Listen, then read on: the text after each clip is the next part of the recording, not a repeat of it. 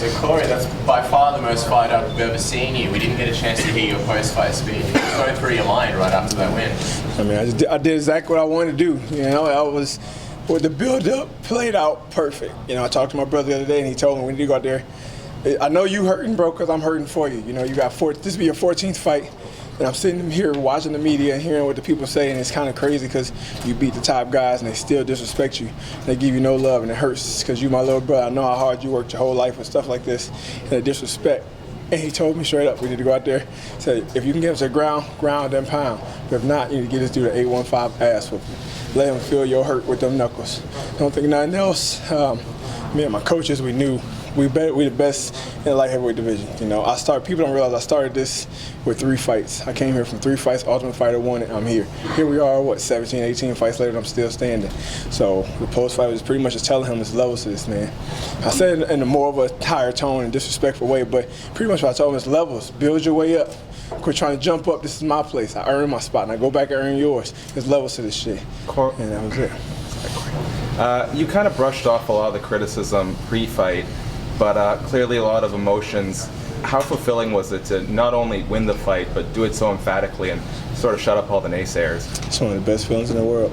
You know, like I said before, I've been from the way I live my life, the way my life has been. It's been a lot of times I've earned different things, and it just never was given to me. You know, like I said, we're in a world now where you don't get what you earn anymore. You get what you take.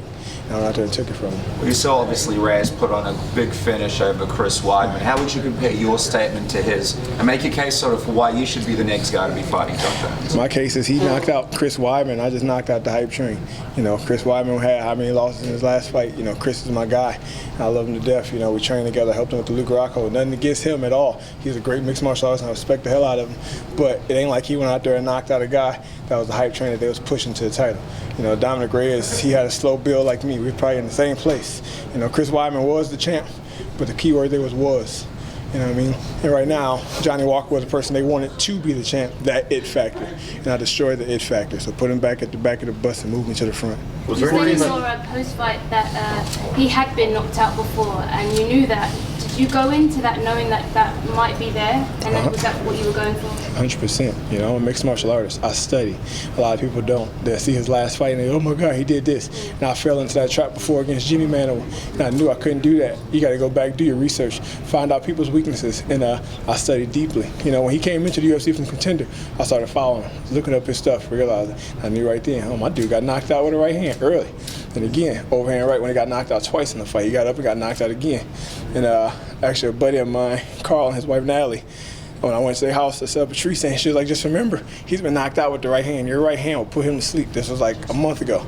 And I told her, we already planned on it. We're going to set it up the right way. If we get the takedown, we're going to ground and pound. If not, we know the right hand will be there. So I went in there with my mixed martial arts skills and an open mind and focused on the chin.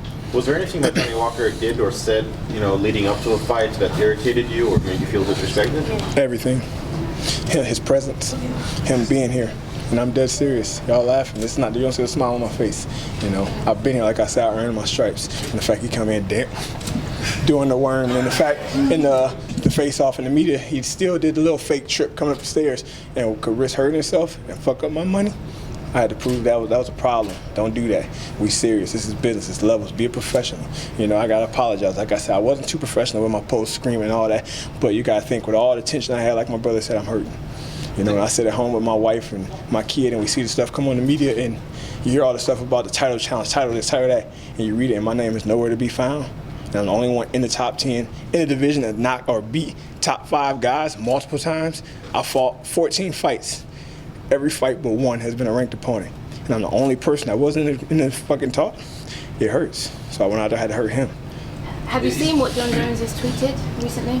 Well, you asked. I'm gonna let him ask. Sorry, you already went. Let me see what you said. Sorry, I was gonna say, I know you mentioned that you were a bit more fired up out there, and now you've sort of calmed down a little bit. Is there a part of you that sort of regrets the showboating to Johnny, or based on what you said, you sort of stand by it? I don't regret what I said, but I regret the way I did it. I should have been more professional. I've been here. You know, I told myself a bunch of times, no matter what happened, we're gonna act like we've been there. And I apologize not just to Johnny, but to my family, to my fans, and to all my coaches that taught me better than that growing up. You don't do that. You be respectful, you shake a man's hand, and you act like you've been there. Be a good sport.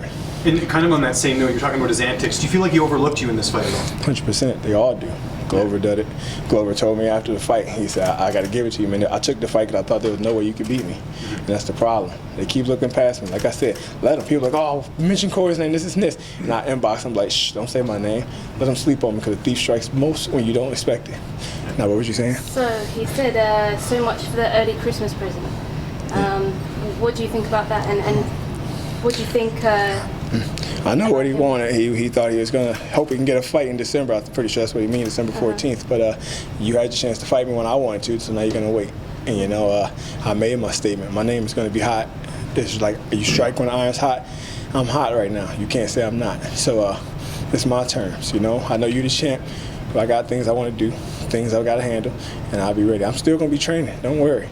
But when the time comes and we negotiate this contract, whatever it is, we'll set a date and we're going to dance. Because Dana White told TMZ that they're looking at this Reyes fight. Will you guys be going to Dana White after this and trying to get the conversation started right away, trying to get in there before they sort of book this Reyes thing? Because it looks like they're targeting it already. I'll leave that to my managers. You know, if they want to give it to Reyes and they want to go in December, that's fine. Well, I'll fight the winner when I'm ready.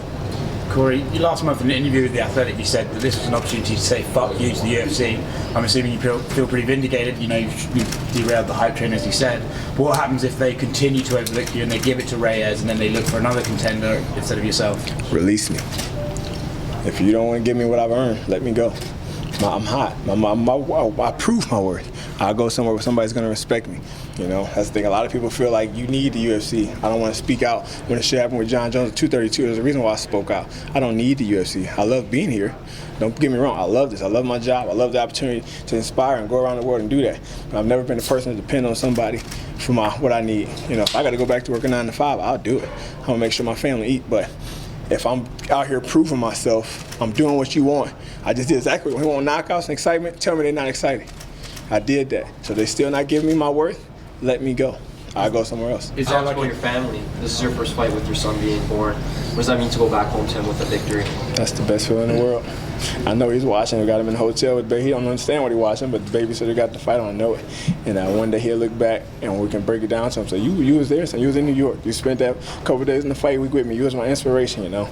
Today I was in there stretching and foam rolling with him on the floor, just watching him crawl around. I even took a little break from my time trying to put him to sleep and just keep him from fussing. You know, that's my man. That's my homie. I did it all for him. What does it mean that you and your good friend and teammate Caitlin Chukagian could potentially be fighting for titles next? What does that mean? I mean, that's what the plan was. When we talked, you know, she said no to Valentina the first time because she was getting married. You know, I feel like they did the same thing to her they did to me. I said no to fight Gus when my son was being born. They kind of pushed her to the back, and I told her, I said, be careful what you say.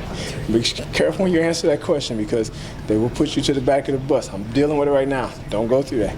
But it was her wedding, you know. You can't just argue with that. And I told her, she said, you know what, let's go get these straps. I said, exactly. Let's go prove ourselves. We go out there, 2 dominating wins, and we both going to fight for the title. Let's get it. Bring it back to Jersey. Do you feel like this is a good lesson for your kid as well, that, you know, when you want something, you go out and take it, you don't wait for it, you just, you know, this is kind of setting him up for success down the road as well? 100%. It's 150%. The same thing my father taught me growing up, and it take you getting older to realize, you know, he used to tell me, no, not like I say all the time when I speak like this, not being racial or anything, but I grew up in an all-white neighborhood. So as many times me and my brother, we got pulled over and stuff for no reason. So y'all said, well, you're going to do something, son, you got to make sure you do it 110% more than them. So if they going 100%, you got to go 210 because you're not going to get what you deserve. There's many times we beat the star, this and this, but you're not going to get that because you're not in the community like them. Their parents are known. You got to go out there and take it. You know, and at times I figured you should go hard, blah, blah, blah. I did it, and at times I earned my spot, but a lot of times I was overlooked. But now as a grown man with a son, and my brother and my father talked to me, I understand what they said. You got to take it. Especially my brother said, I can feel you hurt. It's time to go take it. You got to go get that respect. You know, I'm sitting there in the tunnel, and guys from New York, I train in New York weekly, and you hear these New Yorkers saying, oh, fuck you, Corey, you about to get knocked out by Johnny Walker. This is a Brazilian. I'm one of your own, and you disrespect me? I just started dancing to it. I had to go out there and take it, and the shushing, and the finger I threw up, I apologize for that too, but that was to them. All that you said, remember me. Like I said, I don't want no new friends. Don't go following me now. Don't try to jump on my wagon. You had your chance. Stay where you at. Corey, you've really managed to sort of channel this disrespect into great performances and ability to speak out. In some weird way, was this disrespect towards you a blessing in the sense that it's kind of giving you a chip on your shoulder? 100%. That's what I needed. It's what I needed. You know, the fact that they was overlooking and kept saying there's no way Corey could. The same thing they said when I won the Ultimate Fighter. There's no way. Everybody now was like, no way. You can hear him through the walls. No way Corey can win this. He only got 3 fights. He only been fighting for 6 months. Guess what I did? I went out there and won it. 60-second knockouts in the finals. I need that. It put the dog in me. Like I said, the UFC want a dog. They want excitement. They want something to talk about. Did I give it to them? Are you not entertained? I mean, we saw it, for example, a guy like Chael Sonnen for a long time was very respectful, but then when he started speaking out more, he kind of connected with fans on another level. I know you don't want to be disrespectful, but is this going to be the new Corey Anderson that we see that goes out there every single time? You show off your personality a little bit more, you sort of bring that excitement level to the fights as well? I'm going to try to fight just like I did today, dominate, but I never go to stoop to the level of Chael Sonnen where I'm talking trash on people before the fight. You know, with that being said, F Chael Sonnen. You know, I heard what he said about me, his little thing. No, but I've never, I respect him at the same time, but at the same time, what did you do, Chael? You got there, but you didn't do shit. You know what I mean? He going to say something to me. Who gets up and stop what they're doing and go watch the TV, see Corey Anderson fight? Well, Chael, I bet you they watching now. I bet you saw it. Do you think that the build-up to your fight with John Jones will be a tense one? I mean, both of you guys sort of don't really like each other. Do you believe that fight week would be an interesting one for the fans to see? You would hope. I think it could be, you know, because generally a beef between me and him, you know, like I spoke out on him. Nobody else did that. And I know he's got some animosity to me. Like I said, I showed up at his event, his little autograph sign, threw him off, got him all cussing and throwing fingers in front of fans and cursing in front of kids and stuff. You know, it made him look bad in the public. I know he don't like me for that, and that's okay. I didn't go there to get anything started. I went there just to let you know this is my town and my presence is known. Just like this is my division. I'm here, John. Has he DM'd you at all? I know that he DMs a lot of people personally on Twitter and through social media. Does he try to reach out to you behind the scenes and say anything? Nope. He'll say something to my fans. Like he'll go on my post and he called me cornball once. When I said something back, he didn't say something. And one of my fans said something to him. He attacked them. He attacks my fans. I always say it like, yo, direct that injury to me. Don't speak to my fans because they can't get their hands on you. I can. All right, guys. Thank you very much. All right, congratulations. Thank you.